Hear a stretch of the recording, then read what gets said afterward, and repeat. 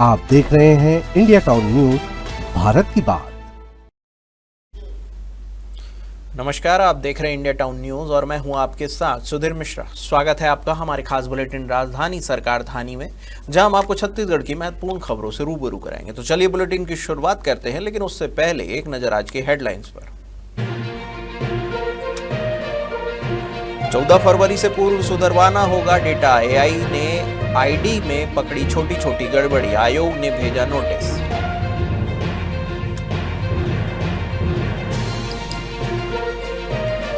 भूपेश बघेल बोले, शराब महंगी, मछली सस्ती, छत्तीसगढ़ को बजट में कुछ नहीं मिला। बैज ने कहा, उद्योगपतियों को फायदा पहुंचा रही है सरकार। सीएम साय ने बताया ऐतिहासिक बजट।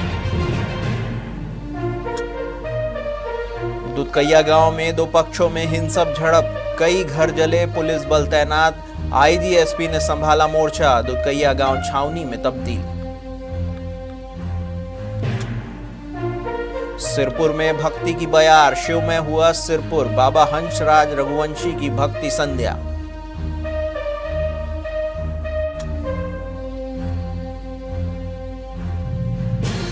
ऐतिहासिक सिरपुर को विकास का तोहफा, मुख्यमंत्री ने दी बड़ी सौगात। सिरपुर में मुख्यमंत्री ने रखी विकास की नींव।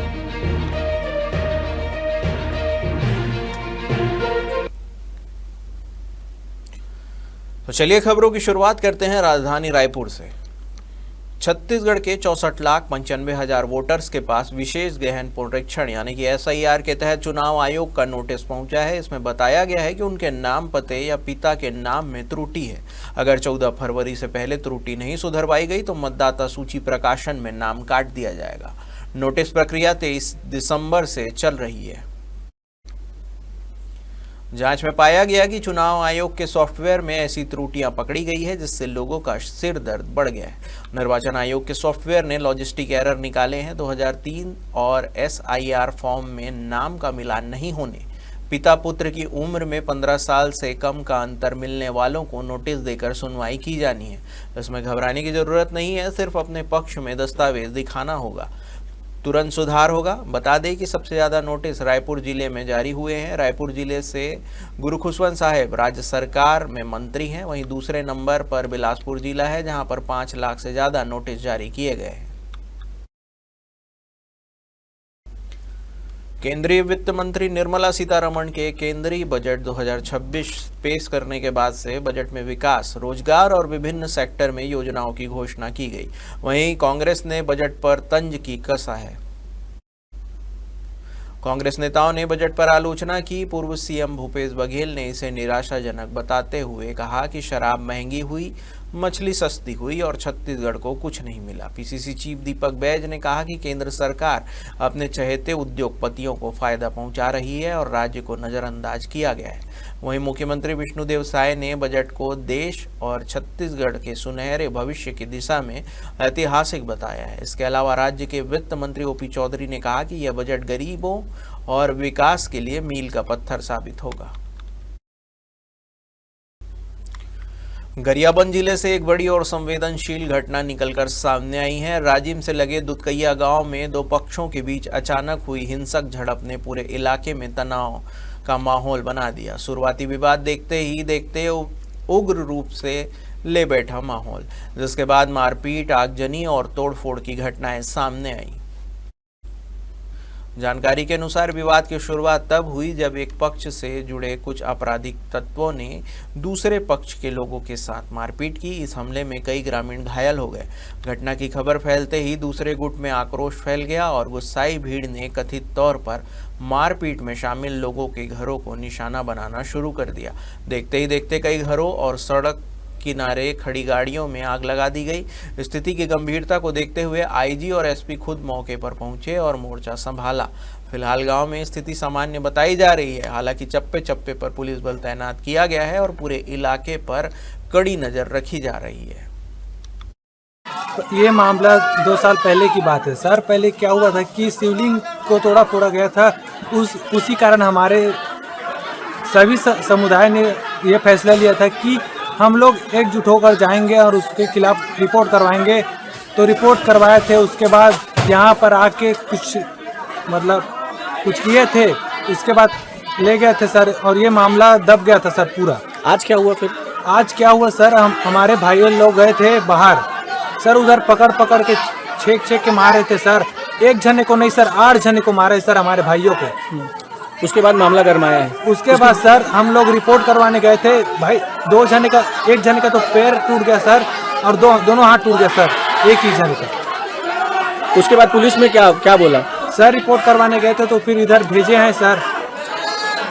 अभी स्थिति शांत है और आज यहाँ पर एक आरिफ नाम का पुराना आरोपी है, उसके द्वारा गांव में आके ग्रामीणों के साथ मारपीट किए और पास में 2 गांव में भी जाके उसके द्वारा मारपीट किया गया था, जिस पर से थाना राजिम में 3 FIR हुआ है। और उसके बाद ग्रामीणों के द्वारा आक्रोशित होकर गांव में उसमें घरों का उनका घेराव किए और घेराव करके उनके घरों में आगजनी किए और 3 आरोपी गिरफ्तार हो गए हैं और अभी स्थिति सामान्य है। महासमुंद की खबर है, जहां पर सिरपुर में आयोजित 3 दिवसीय सिरपुर महोत्सव के पहले दिन श्रद्धा, भक्ति और संगीत का अद्भुत संगम देखने को मिला। इस अवसर पर प्रसिद्ध लोक भक्ति गायक बाबा हंसराज रघुवंशी की भव्य भक्ति संध्या ने हजारों श्रद्धालुओं को भक्ति रस में सराबोर कर दिया। हंसराज रघुवंशी ने मेरा भोला है भंडारी जैसे लोकप्रिय भजनों की प्रस्तुति देकर पूरे माहौल को शिवमय बना दिया। भक्तों को गीत पर श्रद्धालु झूमते नजर आए और सिरपुर नगरी हर हर महादेव के जय घोष से गूंज उठी। महोत्सव में सुनील तिवारी लोक कला मंच द्वारा प्रस्तुति रंग झांझर कार्यक्रम ने भी दर्शकों का भरपूर मनोरंजन किया। इसके साथ ही छत्तीसगढ़ की समृद्ध लोक संस्कृति के साथ साथ शास्त्रीय, सूफी और आधुनिक संगीत विधाओं की मनमोहक प्रस्तुतियों ने भी दर्शकों को मंत्रमुग्ध कर दिया। आपको बता दें कि सिरपुर महोत्सव के पहले दिन कई सांस्कृतिक कार्यक्रमों का आयोजन हुआ, जिसका दर्शकों ने देर रात तक आनंद उठाया। ऐतिहासिक और सांस्कृतिक नगरी सिरपुर में आयोजित सिरपुर महोत्सव के अवसर पर मुख्यमंत्री विष्णुदेव साय मुख्य अतिथि के रूप में शामिल हुए। इस दौरान मुख्यमंत्री साय ने जिले को विकास कार्यों के लिए बड़ी सौगात देते हुए लगभग 200 करोड़ रुपए के कार्यों का लोकार्पण एवं भूमि पूजन किया। आपको बता दें कि मुख्यमंत्री ने जिले में कुल 199 करोड़ 28 लाख 59 हजार रुपए की लागत से 99 विकास कार्यों का लोकार्पण और भूमि पूजन किया। इसमें 40 करोड़ 88 लाख 2,000 रुपए की लागत से पूर्ण हुए 64 विकास कार्यों का लोकार्पण, जबकि 158 करोड़ 40 लाख 57 हजार रुपए की लागत से 35 विकास कार्यों का भूमि पूजन शामिल है। मुख्यमंत्री साय ने कहा कि सिरपुर की ऐतिहासिक और सांस्कृतिक विरासत को संरक्षित करते हुए क्षेत्र के समग्र विकास के लिए राज्य सरकार प्रतिबद्ध है। इन विकास कार्यों के लिए जिले के बुनियादी ढांचों को मजबूती मिलेगी और आम जनता को सीधा लाभ मिलेगा। इस अवसर पर खाद्य मंत्री एवं जिले के प्रभारी मंत्री दयाल दास बघेल, महासमुंद विधायक, बसना विधायक सहित अनेक जनप्रतिनिधि एवं गणमान्य नागरिक उपस्थित रहे।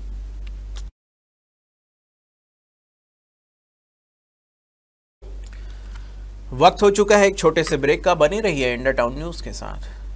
कभी कभी चेहरे का छुपा दर्द दुनिया नहीं देख पाती है। दाग, मुहासे, झाइयां सब आपके आत्मविश्वास को कम कर देता है, पर अब नहीं, क्योंकि Rukhsana glow and fair face pack जो दे आपकी स्किन को वो प्यार जो सिर्फ प्रकृति दे सकती है। हर लेयर को साफ करे, हर दाग को करे हल्का और आपकी मुस्कान फिर से लौटाए, because you deserve to glow naturally. Rukhsana herbal beauty product Amazon, Meesho और फ्लिपकार्ट में भी उपलब्ध। ब्रेक के बाद आपका स्वागत है। चलिए बढ़ते हैं अगली खबर की ओर। तिल्दा के सासाहोली स्थित बंड रेलवे फाटक के पास बने रैक पॉइंट पर एक बार फिर कोयले की रैक लगने से क्षेत्रवासियों की परेशानी बढ़ गई है। सोमवार सुबह से ही ओवरलोड कोयले से भरी छोटी बड़ी गाड़ियां शहर के मुख्य मार्गों से गुजर रही है, जिससे पूरे इलाके में धूल और कोयले का गुबार फैल गया है। स्थिति यह है कि ना तो कोयला ढोने वाले वाहनों को तिरपाल से ढका जा रहा है और न ही सड़क पर पानी का छिड़काव किया जा रहा है। वहीं क्षमता से अधिक वजन लाद कर चल रही गाड़ियों के कारण सड़कें तेजी से उखड़ रही है और उनकी हालत जर्जर होती चली जा रही है। दरअसल रैक पॉइंट संचालन को लेकर स्पष्ट नियम बनाए गए हैं, जिनमें ओवरलोडिंग पर रोक, वाहनों को ढक कर ले जाना और नियमित रूप से पानी का छिड़काव शामिल है। बावजूद इसके हर बार की तरह इस बार भी नियमों को पूरी तरह दरकिनार कर दिया गया। स्थानीय नागरिकों का कहना है कि इस समस्या को लेकर संबंधित जिम्मेदारों को कई बार अवगत कराया जा चुका है, लेकिन अब तक कोई ठोस कार्रवाई नहीं की गई। प्रशासनिक उदासीनता के चलते लोगों में नाराजगी बढ़ती जा रही है। छत्तीसगढ़ रोजगार मेला रायपुर स्थित गवर्नमेंट इंजीनियरिंग कॉलेज परिसर में 3 दिनों तक आयोजित किया गया है। सरकार का दावा था कि इस मेले में 15,000 युवाओं को रोजगार मिलेगा, लेकिन केवल 1,816 युवाओं को ही नौकरी मिल सकी। दरअसल रोजगार मेले में पहुंचे कई युवाओं ने आरोप लगाया कि कंपनियों ने केवल उनका रिज्यूम लिया और यह कहकर टाल दिया कि 1 हफ्ते के बाद जानकारी दी जाएगी। यह सुनकर बड़ी संख्या में युवा नाराज हो गए और बिना संतोषजनक जवाब के वापस लौट गए। युवाओं का कहना था कि उनके रिज्यूम ऑलरेडी रोजगार पंजीयन कार्यालय में उपलब्ध हैं, फिर यहां बुलाने की आवश्यकता क्यों थी। उन्हें उम्मीद थी कि यहां जॉब लेटर मिलेगा। बहुत सारे युवाओं ने कंपनियों के कम सैलरी ऑफर करने पर भी नाराजगी जताई है। बिलासपुर की खबर है, जहां पर बोर्ड परीक्षा की तैयारी के संबंध में कलेक्टर डॉक्टर संजय कन्नौजे ने कलेक्ट्रेट सभा कक्ष में स्कूल शिक्षा विभाग की समीक्षा बैठक ली। आगामी माह फरवरी से प्रारंभ होने वाले 10वीं 12वीं कक्षा के बोर्ड परीक्षा के संबंध में आवश्यक दिशा निर्देश दिए। कलेक्टर ने कहा कि जिले में कुल 65 परीक्षा केंद्र बनाए गए हैं, जिसमें आवश्यक तैयारियां सुनिश्चित कर लें। कलेक्टर ने जिले में नकल जैसे अनुचित साधन की उपयोग को रोकने के लिए कुल 8 उड़नदस्ता दल का गठन करने के लिए निर्देशित किया और सख्त लहजे में कहा कि किसी भी हाल में अनियमितता नहीं होनी चाहिए और अगर किसी भी प्रकार की गड़बड़ी पाई गई तो संबंधित अधिकारी कर्मचारी के खिलाफ कड़ी से कड़ी कार्रवाई की जाएगी। आपको बता दें कि डिप्टी कलेक्टर उमेश साहू को नोडल अधिकारी बनाया गया है और उन्हें निर्देशित किया गया है कि 8 उड़नदस्ता दल का गठन कर आवश्यक रूट चार्ट तैयार कर लें।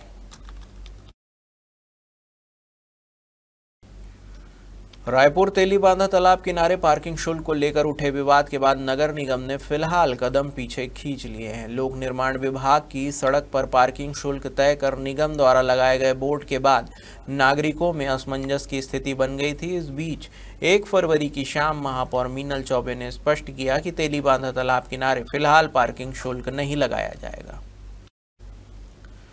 महापौर ने स्वीकार किया कि सड़क पर खड़ी गाड़ियों से पार्किंग शुल्क वसूलना व्यावहारिक नहीं है। उन्होंने कहा कि निगम के पास तेलीबांधा तालाब के आसपास ऐसी कोई निर्धारित जगह नहीं है जहां वाहन व्यवस्थित रूप से पार्क किए जा सके।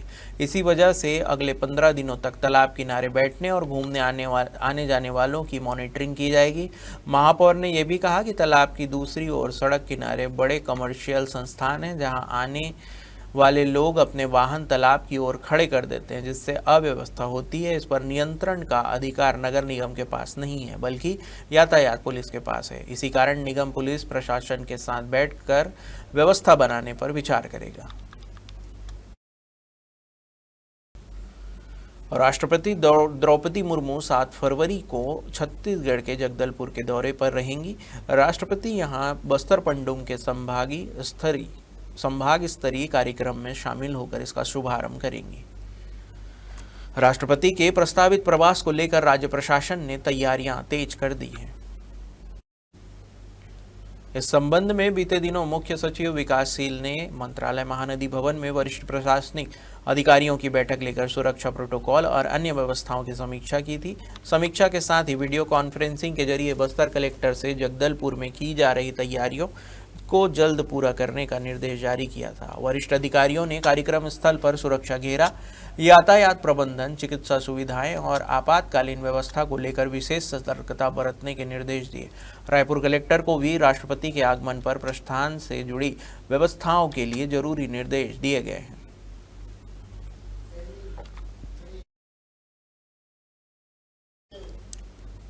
हमारे खास बुलेटिन राजधानी सरकारधानी में फिलहाल इतना ही। देश प्रदेश की तमाम खबरों से अपडेट रहने के लिए बने रहिए इंडिया टाउन न्यूज के साथ। नमस्कार। आप देख रहे हैं इंडिया टाउन न्यूज, भारत की बात।